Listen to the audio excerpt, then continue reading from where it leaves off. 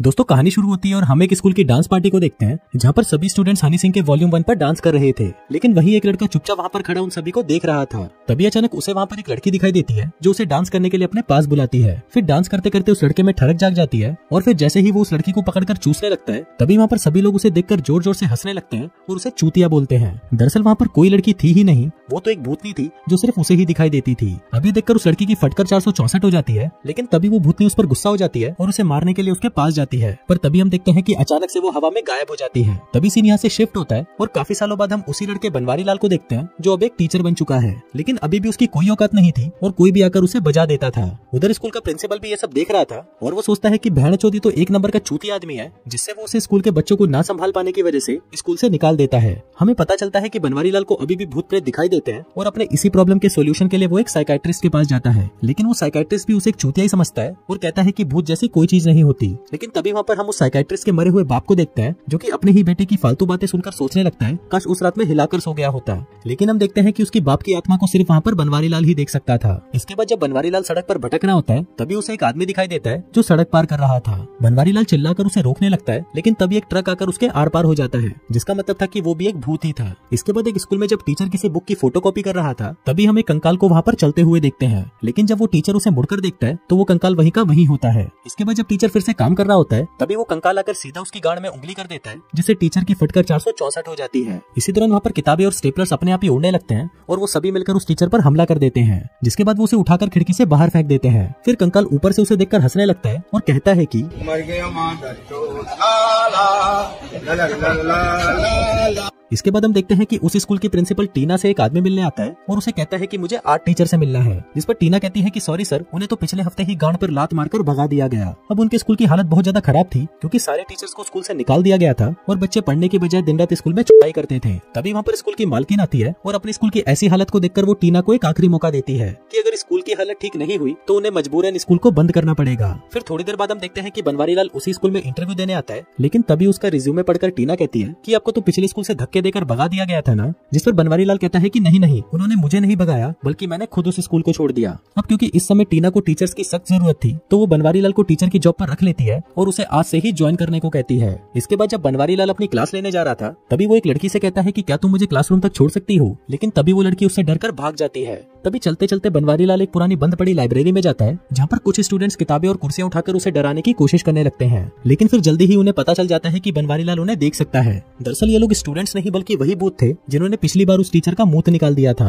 अब बनवारी लाल बहुत ही मुश्किल से उन भूतियों से अपना पीछा छुड़वाता है और वहाँ से सीधा टीना के पास आता है जहाँ पर उसे वही 5 स्टूडेंट्स की तस्वीरें दिखाई देती हैं जो कि कई सालों पहले मारे गए थे। अब उसको देखकर बनवारी लाल टीना से कहता है कि मैंने इनके भूतों को देखा है, लेकिन टीना उसकी बातों पर विश्वास नहीं करती। तभी वहाँ पर फिर से वो सभी भूतनी के पहुंच जाते हैं, जिससे घबराकर बनवारी लाल उस स्कूल को छोड़कर भाग जाता है। अब वो भूत भी बनवारी लाल का पीछा करने लगते हैं, लेकिन वो उस स्कूल से बाहर नहीं निकल पाते। फिर शाम को टीना बनवारी लाल के घर आती है और उसे कहती है कि मुझे तुम्हारी बातों पर पूरा भरोसा है। फिर बनवारी लाल कहता है कि उसने स्कूल में 5 भूत देखे हैं, जिनमें से भड़वी नाम की एक भूतनी प्रेग्नेंट भी है। तभी टीना उसे कहती है कि जब भड़वी की मौत हुई थी तभी वो प्रेग्नेंट थी। वहीं स्कूल में कुछ हरामी बच्चे काला जादू करके भूतों को बुलाने की कोशिश कर रहे होते हैं, लेकिन तभी वहाँ पर जॉनी भैया और छोटू लाल नाम के 2 भूत आ जाते हैं और वो उड़ती हुई कुर्सियां दिखाकर उन्हें भगा देते हैं। लेकिन वहीं पर हम 44 नाम की एक लड़की को देखते हैं जो कि भूतों से डरे बिना वहीं पर ही बैठी हुई थी। जिसके बाद वो एक भूतिया से बात करती है और उसे पूछती है कि तुम्हारी मौत कैसे हुई, जिस पर वो भूतिया कहता है कि उसने एक दिन इतना हिला लिया कि उसके शरीर में जान ही नहीं बची, जिस वजह से उसकी मौत हो गई। उधर टीना बनवारी लाल को बता रही होती है कि जब उसका बाप इस स्कूल का डायरेक्टर था तभी उसने 5 बच्चों को डिटेंशन की पनिशमेंट दी थी,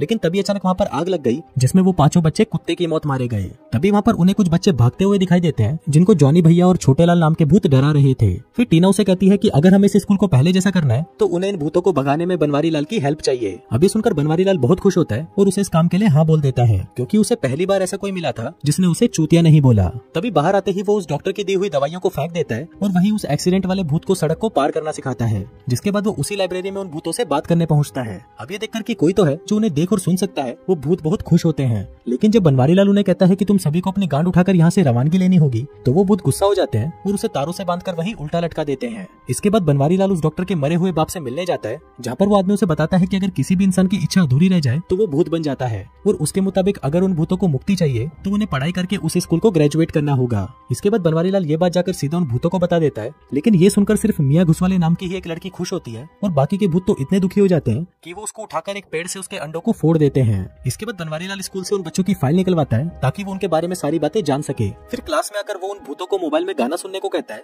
जिसको सुनकर वो भूत भी हैरान हो जाते हैं कि क्या इस फोन में गाने भी चल सकते हैं। जिस पर बनवारीलाल उन्हें बताता है कि तुम्हारे मरने के बाद दुनिया में बहुत तरक्की हो चुकी है। ये जानकर वो सभी बच्चे फैसला करते हैं कि वो पढ़ाई करके उन सभी नई चीजों के बारे में सीखेंगे और फाइनली इस दुनिया से मुक्त हो जाएंगे। लेकिन एक भूत छोटेलाल इनके खिलाफ हो जाता है और वो यहाँ से नहीं जाना चाहता। फिर अगले दिन बनवारीलाल देखता है कि सभी भूत पढ़ाई के लिए तैयार हो चुके हैं। वहीं 44 एक भूतिया से बातें करते करते उसके प्यार में पड़ चुकी थी और वो दोनों एक दूसरे से फ्लर्ट करने लगते हैं। जहाँ 44 पूछती है कि फिर तो तुम्हारा सामान भी भूतिया होगा, जिस पर वो भूत कहता है कि जब मैं अंदर डालूंगा तो तेरी जान निकल जाएगी। उधर मियाँ घुसवाले बच्चों को फंक्शन के लिए गाने की प्रैक्टिस करते हुए सुनती है और उसका मन भी करता है कि वो उस फंक्शन में परफॉर्म करे। तभी छोटेलाल मियाँ घुसवाले को भी वहाँ पर गाना गाने को कहता है और कहता है कि भूतों की आवाज को कोई नहीं सुन सकता। लेकिन जब मियाँ घुसवाले गाना गाने के लिए स्टेज पर जाती है तभी छोटेलाल पीछे से माइक की वॉल्यूम तेज कर देता है, जिसके चलते मियाँ घुसवाले की भूतिया आवाज सुनकर सभी बच्चे वहाँ से भाग जाते हैं। अब छोटेलाल की इस हरकत से धूमकेतु और छोटेलाल के बीच में लड़ाई हो जाती है, जिससे गुस्सा होकर छोटेलाल बच्चों के सामान को फेंक देता है और 44 का लैपटॉप भी तोड़ देता है। उधर 44 और भूतिया कंप्यूटर की मदद से एक दूसरे से चैटिंग करने लगते हैं, जहाँ पर 44 उससे पूछती है कि तुम्हारा कितना बड़ा है, तो भूतिया कहता है कि मेरा तकरीबन 9 इंच का है।